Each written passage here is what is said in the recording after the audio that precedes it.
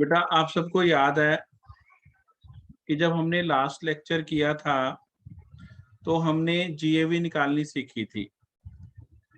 GAV निकाल कर उसका करना क्या है बेटा, दिस इज वेरी इंपॉर्टेंट कि जीएवी निकाल कर करना क्या है।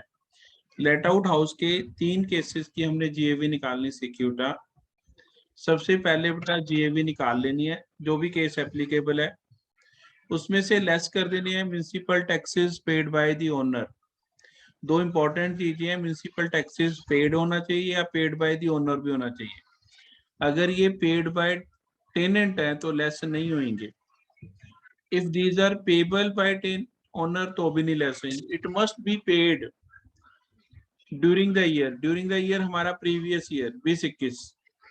सैनिटेशन सरचार्ज लिखा है तो भी म्युनिसिपल टैक्सेस का है। लोकल टैक्सेस लिखा है तो भी म्युनिसिपल टैक्सेस हैं। कंजर्वेंसी टैक्स लिखा है तो भी अगर सिंपल लिखा है म्युनिसिपल टैक्सेस तो बाय डिफॉल्ट हम अज्यूम कर लेंगे municipal taxes paid by owner है। अगर उसने लिखा है म्युनिसिपल टैक्सेस पेड तो भी हम ये अज्यूम कर लेंगे municipal taxes paid by the owner है। जीएवी में से म्युनिसिपल टैक्सेस पेड माइनस कर देते हैं बेटा तो हमारे पास एनएवी आ जाएगी, net annual value. Net annual value में से बेटा दो डिडक्शन है, 24A की और 24B की। 24A की डिडक्शन है स्टैंडर्ड डिडक्शन, ये देनी है हर लेट आउट हाउस को। That is fixed at 30% of NAV, ये हमने दे देनी है। फिर आ जाता है interest on loan taken for the purpose of construction, repair, renovation और परचेज ऑफ बिल्डिंग। इन्हीं 4 पर्पसेस के लिए अगर लोन लिया है तो डिडक्शन मिलेगी। अगर अगर किसी और पर्पस के लिए लोन लिया है तो डिडक्शन नहीं मिलेगी। और this deduction is allowed on due basis, मतलब 2021 का अगर इंटरेस्ट है तो उसकी डिडक्शन मिलेगी वेदर पेड और नॉट पेड। सपोज करो 48,000 इंटरेस्ट बनता है, 40,000 मैंने पे कर दिया है और जो रिमेनिंग 8,000 है वो नॉट पेड बाय मी है। 40,000 इज पेड, 8,000 इज आउटस्टैंडिंग, तो दोनों की डिडक्शन मिलेगी, पर होना 2021 का चाहिए। ये देकर जो बचेगा that will be income from late out house. ये जो येलो में लिखी है, सॉरी ब्लू में लिखी है interest on pre construction loan, ये भी डिडक्शन है, लेकिन इसको अभी हम कंसीडर नहीं करेंगे, ये एंड में सिखाऊंगा बेटा। आपने जीएवी निकालने के बाद लेट आउट हाउस के लिए फॉर्मेट लगाना है। सेल्फ ऑक्यूपाइड का जब बारी आएगी तब सेल्फ ऑक्यूपाइड सिखाएंगे बेटा। अभी हमने जीएवी निकालने के बेटा 3 केसेस सीखे थे। जो 3 केसेस बेटा हमने सीखे जीएवी निकालने के, वो आप सभी जानते हैं जीएवी कैसे निकालते हैं। उसके लिए हमने क्या किया, जीएवी निकालने के बेटा हमने 3 केसेस सीखे थे।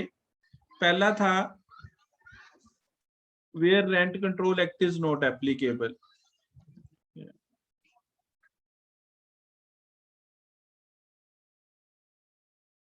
जब रेंट कंट्रोल एक्ट एप्लीकेबल नहीं है and there is no vacancy, no unrealised rent, तो हमने क्या किया बेटा, हमने सीखा इसके नीचे एमआरवी म्युनिसिपल रेंटल वैल्यू और फेयर रेंटल वैल्यू एफआरवी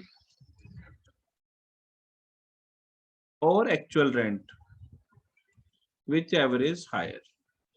इन तीनों में से बेटा जो हायर वैल्यू आ जाएगी that will be regarded as GAV. इन तीनों में से बेटा कंपैरिजन करेंगे, तीनों में से जो हायर वैल्यू आएगी बेटा that is to be regarded as GAV. और जब रेंट कंट्रोल एक्ट एप्लीकेबल हो जाता है बेटा तो ये वाला नहीं लगता, दूसरी पोजीशन लगेगी where rent control act is applicable.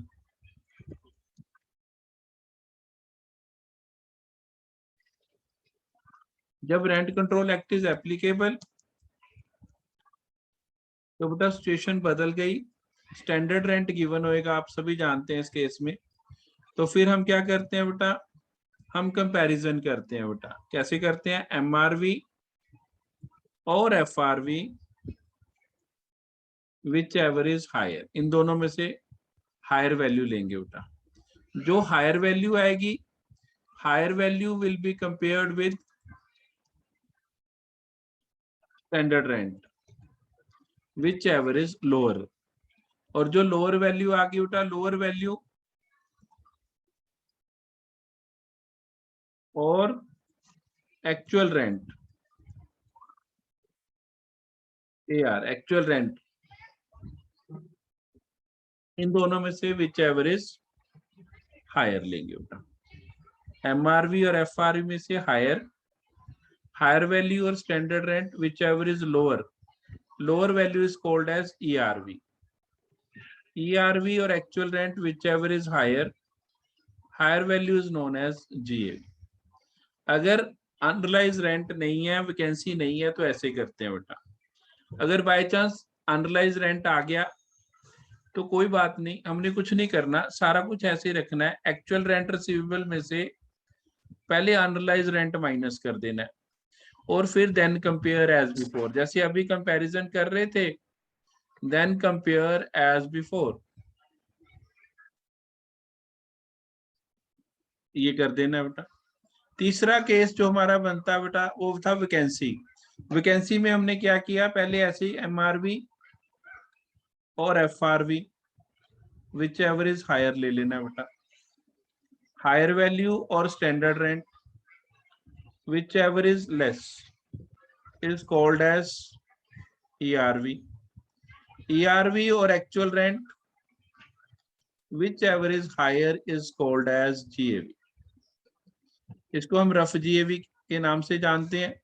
इस रफ GAV में से माइनस कर देंगे वैकेंसी प्रोपोर्शनेटली, और वैकेंसी जब भी निकालनी है ARR पे निकालनी है। एक महीने के लिए खाली रहा है मकान तो 1/12, 2 मंथ्स के लिए वेकेंट रहा तो 2/12, ये माइनस करके जो बचेगा that will be regarded as correct GAV। ये बेटा जो हमने अभी तक सीखा उसकी हमने रिवीजन करी, क्विक फायर रिवीजन ऑफ जो अभी तक प्रीवियस लेक्चर में सीखा। प्रैक्टिस के लिए, for practice we are doing this question. अब देखो बेटा, इसमें भी पहले सबसे पहले GAV निकालनी है, सबसे पहला काम GAV निकालना है। ये लेट आउट हाउस है तो सबसे पहले बेटा हम GAV निकालने के लिए क्या करेंगे, हमारे पास MRV दिया है, FRV नहीं है, एक्चुअल रेंट दिया है, तो कोई बात नहीं, नहीं है FRV तो 0 ले लो। इन दोनों में से विच एवर इज हायर ले लो। 18,000 और 24,000 इन दोनों में से हायर वैल्यू ले ली, तो whichever is higher is 24,000, GAV आ गया। Once you are with GAV फिर आपने क्वेश्चन को नहीं देखना, फिर आपने ये वाला फॉर्मेट देखना होता है। GAV आ गई minus municipal taxes paid by the owner. Municipal taxes लिखा है 1800 और साथ में लिखा है 50% पेड बाय टेनेंट, तो remaining 50% is paid by owner. 1800 का 50% इट इज 900, ये माइनस कर दिया। 24,000 GAV थी, 900 म्यूनिसिपल टैक्सेस चले गए तो ये रह गया बेटा 23,100। इसके बाद स्टैंडर्ड डिडक्शन आ गई 30% ऑफ NAV 6930, ये बेटा डायरेक्ट इसका 23,100 का 30% निकाल लिया। फिर चाहिए interest on loan taken for construction, repair, renovation etcetera, लेकिन वो है नहीं क्वेश्चन में, तो अगर वो नहीं है तो हमें कोई जरूरी नहीं है कि वो निकालना ही है हमने, हम डायरेक्टली बेटा बस इतना ही होएगा और कुछ भी नहीं है इसमें। तो अब हमने ये जो लिखा है एक्सपेंसेस इनकर्ड ऑन रिपेयर्स, इसकी कोई डिडक्शन नहीं है। कोई कलेक्शन चार्जेस लिखे हैं उसकी भी कोई डिडक्शन नहीं है, कुछ और लिखा है उसकी भी डिडक्शन नहीं है। GAV निकालने के बाद हम सिर्फ और सिर्फ ये फॉर्मेट फॉलो करना है, और ये फॉर्मेट फॉलो करके बेटा 23,100 हमारी NAV आई थी, दोनों डिडक्शंस का टोटल करके 6930 आया। 23,100 में से 6930 चला गया। This is income from late out house. This is so simple. एक बार GAV निकालने के बाद आपने सीधा सीधा इनकम फ्रॉम हाउस प्रॉपर्टी निकालनी है इस फॉर्म। तो हमें अब ये 3 केसेस जो हमने सीखे उससे हमने GAV सीखी थी, और GAV निकालकर हमें समझ आ गया कि GAV का करना क्या है। इस पूरे लेट आउट हाउस की इनकम निकालने में GAV का रोल क्या है। अब जो हमारे पास फोर्थ केस आ गया, केस 4 लेट आउट हाउस में GAV निकालने का, when there is vacancy and unrealised rent occur simultaneously. Unrealised rent भी है और वैकेंसी भी है। पहला हमने केस किया था when there is no vacancy no unrealised rent, दूसरा हमने केस किया when there is unrealised rent. तीसरा हमने केस किया जहां पर हमने वैकेंसी की ट्रीटमेंट सीखी। ऐसा भी हो सकता है एक्ट ने सोचा कि एक ही हाउस में वैकेंसी भी है और अंडरलाइज रेंट भी है। इन सच केसेस क्या ट्रीटमेंट होएगी बेटा? इस केस में हम स्टेप्स वाइज निकालते हैं बेटा, स्टेप 1, स्टेप 2, स्टेप 3, ऐसे बेटा हम करके ये हम कैलकुलेशंस करेंगे कि स्टेप 1, स्टेप 2, स्टेप 3 ऐसे करना पड़ेगा बेटा। इस केस में 3 स्टेप्स में निकालते हैं। सबसे पहले बेटा ईआरवी निकालेंगे, और ईआरवी कैसे निकलती है आप सभी जानते हैं। ईआरवी निकालनी, एमआरवी और एफआरवी दोनों में कंपैरिजन करते हैं, हायर निकालते हैं। Higher values then compare to standard rent whichever is less. इसको हम ऐसे कहते हैं एमआरवी और FRV whichever is higher subject to maximum of standard rent. अगर एक ही लाइन में इंग्लिश में बोलते हैं, एक्ट जो लिखता है लैंग्वेज उसके हिसाब से, आई रिपीट, एमआरवी और FRV whichever is higher subject to maximum of standard rent. तो एमआरवी और FRV whichever is higher और स्टैंडर्ड रेंट, जो हायर वैल्यू को फिर स्टैंडर्ड रेंट से कंपेयर करते हैं, whichever is lower, it is called as ERV. Step 2 आ जाता है ARRV, ARR actual rent receivable minus vacancy proportionately, ये कर देते हैं। तो हमारे पास आ जाता है ARR minus vacancy proportionately minus unrealised rent, फिर ये आएगी रफ जीएवी। फिर स्टेप 3, स्टेप 1 से जो ईआरवी निकाली थी वो माइनस वैकेंसी प्रोपोर्शनेटली, दोनों में सेम वैकेंसी यूज होती है स्टेप 2 में और स्टेप 3 में। इफ द अमाउंट की बात करें हम, तो ये बेटा हमारी दोनों माइनस करने के बाद ये भी रफ जीएवी आ गई। अब हमारे पास दो रफ जीएवी है, एक स्टेप 2 से निकली, एक स्टेप 3 से निकली। इन दोनों में से बेटा whichever is higher will be taken, जो हायर आएगी that will be our correct GAV, और उससे हम क्वेश्चन करेंगे। देखो बेटा मैं करके दिखाता हूं आपको। एमआरवी गिवन है 140, एफआरवी गिवन है 145, स्टैंडर्ड रेंट गिवन है 142। पहला स्टेप लगाते हैं एमआरवी और FRV whichever is higher, तो हायर आ गया 145, 145 हायर वैल्यू और लोअर वैल्यू स्टैंडर्ड रेंट 142। इन दोनों में से बेटा जो लोअर आएगा, हायर वैल्यू 145 और standard rent 142, which ever is lower, ये आ गया बेटा। स्टेप 1 हमारा निकल आया। Step 1 is ERV that is 1,42,000। इसके बाद step 2 ARR minus unrealised rent minus vacancy. ARR बेटा हमारे पास 1,68,000 क्वेश्चन में गिवन है, वैकेंसी 3 मंथ्स की है, तो इसी पे निकालनी है 1,68,000 इंटू 3/12, तो 3/12 किया बेटा, ये आ गया 42,000 माइनस अनरिलाइज रेंट 70,000, तो ये बेटा 56,000 मेरी रफ जीएवी आ गई स्टेप 2 से। फिर स्टेप 3 लगाएंगे बेटा। स्टेप 3 है हमारा ईआरवी जो हमने 142 निकाली थी minus vacancy, ERV 142 minus vacancy 42,000, जो ऊपर निकाली है वैकेंसी दोनों में सेम होती है, is equal to 1 lakh, it is rough GAV. Step 2 से 56,000 आई रफ जीएवी, स्टेप 3 से रफ जीएवी आई 1 लाख। इन दोनों में से विच एवर इज हायर, इन दोनों में से हायर जीएवी इज 1 लाख, तो 1 lakh will be taken as our GAV. और once we are with GAV, उसके बाद तो आप सभी जानते हैं कि ये वाला format, this format is applicable after this, इसमें कोई शक नहीं, इसमें कोई वो नहीं बेटा, ऐसे ही हमने ये करना है।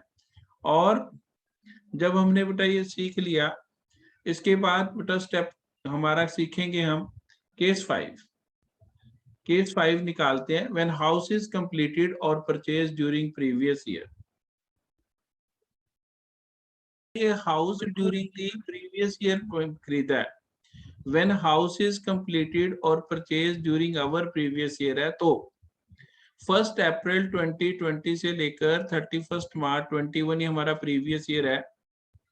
अगर इसके बीच में हाउस कंप्लीट होता है या इसके बीच में हम हाउस परचेज करते हैं, तो जितने मंथ्स रह गए हैं from the date of purchase to 31 March, उतने मंथ्स की जीएवी निकालेंगे। हमने एक एग्जांपल बनाया अपनी तरफ से, हमने लिखा ये 1 अप्रैल 2020 ओपनिंग डेट, 31 मार्च 2021 ये हमारी closing date. House is purchased on 1 August 2020, तो ये 1 अगस्त से लेकर 31 मार्च 21 तक it is a period of 8 months. तो ये 8 मंथ्स का हम निकालेंगे रेंट। 8 मंथ्स का रेंट कैसे निकालेंगे बेटा? सारी चीजें रिड्यूस कर लेंगे, MRV, FRV, standard rent, actual rent, all will be reduced for 8 months. अब सारा कुछ पहले 8 मंथ्स पे रिड्यूस कर लो। अगर वैकेंसी और अनरिलाइज रेंट नहीं है तो सिंपल वैसे ही जैसे केस 1 में कर रहे थे, बस 8/12 करके करना है, 8 मंथ्स का लेना है। अगर वैकेंसी है तो केस 3 लगेगा, अगर अनरिलाइज रेंट अकेला आ गया तो केस 1 लगेगा, सॉरी केस 2 लगेगा। अगर दोनों आ गए हैं वैकेंसी और अनरिलाइज रेंट तो जो अभी सीखा केस 4 लगेगा। लेकिन सारा कुछ करने से पहले मुझे MRV, FRV, standard rent, actual rent सारे 8 मंथ्स के लिए रिड्यूस कर देंगे। अगर इस क्वेश्चन की बात करते हैं, if date of completion of house property 1 October 2020 आ जाती है, then GAV will be calculated for 6 months. MRV, FRV, standard rent, actual rent, all will be reduced for 6 months. तो हम एक क्वेश्चन करते हैं ताकि और क्लैरिटी आए हमारे को कंसेप्ट पे। तो ये बेटा डेट्स पिछले साल की हैं, तो ये इस साल की कर लेते हैं। 31 जुलाई 2020, date of letting out 1 October 2020। इसको समझने के लिए बेटा मैं आपको एक ये बना देता हूँ छोटा सा ऐसे ही। ये 1 अप्रैल 2020 है, ये 31 मार्च 21 है। हाउस जो कंप्लीट हुआ वो कंप्लीट हुआ 1 अगस्त 20 को, तो इट विल बी 8 मंथ्स। लेकिन लेट आउट हुआ 1 अक्टूबर से, तो अगर 1 अक्टूबर से लेट आउट हुआ तो 2 मंथ्स वैकेंसी आ गई उठा। मकान मेरा 1 अगस्त को कंप्लीट हो गया, लेकिन लेट आउट में उसे 1 अक्टूबर से कर पाया, तो 2 मंथ्स वेकेंट रहा। जो 2 मंथ्स वेकेंट रहा वो वैकेंसी होगी। क्वेश्चन में अनरिलाइज रेंट भी है, तो जो अभी केस सीखा केस 4 लगेगा, वैकेंसी भी है, अनरिलाइज रेंट भी है। ये सारा करने के लिए पहले सारी चीजें 8 मंथ्स पे रिड्यूस करूंगा। MRV 84,000 into 8/12, FRV 90,000 into 8/12, standard rent 87,000 into 8/12, actual rent given है 8,000 पर मंथ, तो 8,000 इंटू 12 पहले 96 कर लिया, 96,000 इंटू 8/12, या 8,000 इंटू 8 कर लो 64, तो भी कोई प्रॉब्लम नहीं। दोनों तरीके से जैसे मर्जी कर लो, उसमें कोई दिक्कत नहीं। सारी चीजें रिड्यूस कर ली। अब हमें पता है वैकेंसी भी है, अनरिलाइज रेंट भी है। तो जब वैकेंसी और अनरिलाइज रेंट दोनों होते हैं तो हम क्या करते हैं, वो हम स्टेप्स 3 लगाते हैं जो अभी सीखे। MRV और FRV whichever is higher, इन दोनों में से हायर ले लिया, हायर आ गया 60,000, हायर वैल्यू 60,000 और 58,000 विच एवर इज लोअर, तो ये ERV आ गई। स्टेप 1 इज ओके, 58,000 ERV आ गई। फिर एक्चुअल रेंट रिसीवेबल 64,000 8 मंथ्स का, माइनस 2 मंथ्स की वैकेंसी 8,000 इंटू 2 16,000, ऐसे भी कर सकते हो। 64,000 इंटू 2/8 कर लो तो भी ठीक है, 96,000 इंटू 2/12 कर लो तो भी ठीक है, 8 ये आएगा 16,000 की वैकेंसी निकाल ली। अनरिलाइज रेंट गिवन है 4,000, ये 4,000 आ गया। स्टेप 2 में ARR 64,000 minus vacancy 16,000 minus unrealised rent 4,000, तो ये 44,000 आ गई उठा रफ GA। स्टेप 3 कहता है ERV, जो ये ERV निकाली थी 58,000 माइनस वैकेंसी ये जो निकाली थी 16,000, ये 42, 44 और 42 इन दोनों में से विच एवर इज हायर, तो जो हायर वैल्यू है बेटा वो आ रही है 44,000, तो जो GAV है वो 44,000 होगी। और once I am with GAV उसके बाद बेटा कोई दिक्कत नहीं है, उसके बाद सिंपल क्वेश्चन निकालना फॉर्मेट में डालकर, और कुछ नहीं करना। दैट्स